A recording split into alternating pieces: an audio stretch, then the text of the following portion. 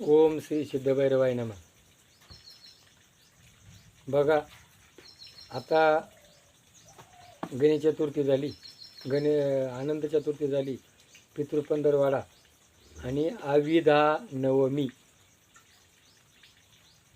आविधा नवमी म्हणजे आपले जे आई वडील, जी लेडीज वारलेली आणि त्या लेडीजला सुखी समाधानी तिच्या आत्म्याच्या इच्छा आकांक्षा काय पुऱ्या असतात झाल्या नाही, आणि मग तिचा आत्मा अतृप्त असतो, आणि मग तिच्या नावाना एक महिला बोलवली जाते, तिची पूजा करून आणि तिला जेवण दिलं जातं. अशी आपल्या संस्कृतीमध्ये ही पद्धत आहे.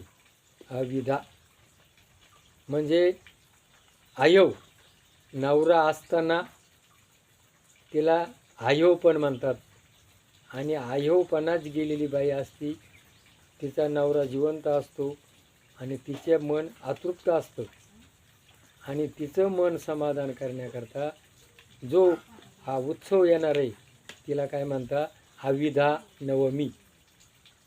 मग कोणाची बहीण गेलेली असेल, कोणाची आई गेलेली असेल, कोणाची भावजई गेलेली असेल, कोणाची चुलती गेलेली असेल, मामी, जे आपले जेवढे नातलग आहे त्या नातलगात जी गेलेली बाई आहे त्या सगळ्यांचं आपल्याला करण्याचा अधिकार आहे.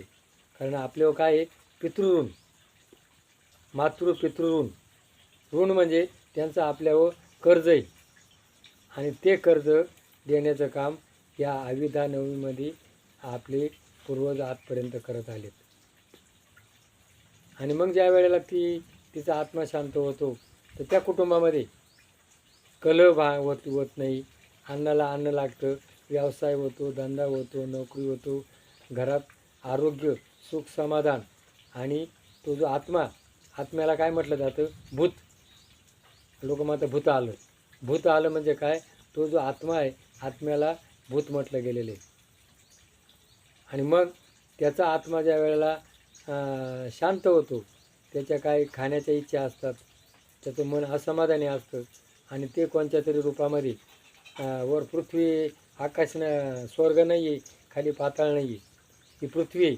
त्या पृथ्वीमध्ये पंचमहाभूत आहे, आणि या युनियत मग तो प्राणी ज्या युनित असेल त्या युनीमध्ये तो आपल्या घराच्या परिसरात फिरतो, आणि मग कावळा, चिमणी, मुंगी काय प्राणी असतील ते त्याला आपण अन्न घालतो, आणि पुनर्जन्म कोणत्या तरी माणसाच्या युनीत तो आलेला असतो, आणि मग त्याला जेवण दिल्यानंतर त्याचा आत्मा शांत होतो, आणि आपल्या घरामध्ये सुख, समाधान, शांती आणि लाभले जाते.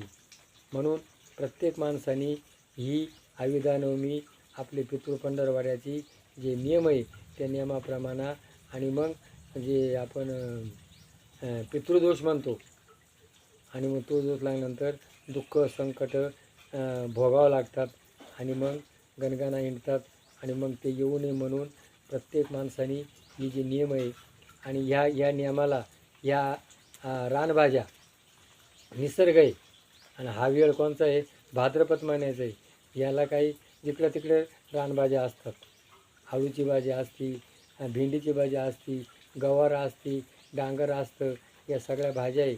या भाज्या त्या निमित्तानं त्यांना दिल्या जातात, आणि आपल्या आरोग्याकरता, आपल्या अंगामध्ये जे व्हिटॅमिन कमी पडलं जातं ते भरून निघण्याकरता या ज्या रानभाज्या आहे या आपण खाऊन, आणि आपल्याला पौष्टिकपणा आपल्या अंगात येतो. पण आज ह्या विज्ञान युगामध्ये आपण चायनीज, बर्गर, जे अनेक पदार्थ आहे ते खाऊन आपण आपल्या आरोग्याची वाटोळ केलं आहे. म्हणून आपल्या संस्कृतीमध्ये रानभाज्या खा. त्या रानभाज्याला कोणी काही खत घातलेलं नाही, त्यांना कोणी फवारलेलं नाही. हे जे आहे हे नैसर्गिक आहे, आणि हे केल्यानंतर आपल्या शरीराची पौष्टिकता वाढते, आणि आपल्याला दीर्घ आयुष्य लाभलं जातं. म्हणून जपानमध्ये हे ज्या रानभाज्या, हे जे फळं खाली जातात आणि आयुष्य वाढत जातं, तर आपण पाश्चात्य लोकांचं अनुकरण केलेलं आहे. ते अनुकरण आपण सोडून आपण आपल्या भारतीय संस्कृती ही जगाला मान ठरलेली आहे, आणि ही संस्कृतीमध्ये मी जगल आणि दुसऱ्याला जगून देईल. आणि या रानभाज्या म्हणजे हे सेंद्रिय खताचं अन्न खाईल आणि आपल्या आरोग्यमुक्त होईल. आज आपण सगळा जी आपली कमाई आहे ती निम्मी कमाई आपण दवाखान्यात घालतो. असा सुखी कोणीच नाही. रामदास स्वामीचा अभंग आहे, जगी सर्व सुखी असा कोण आहे.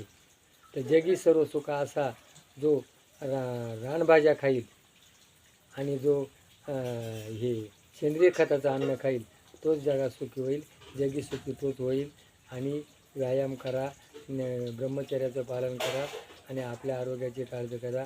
जय भैरवनाथ महाराज. जय गंगे.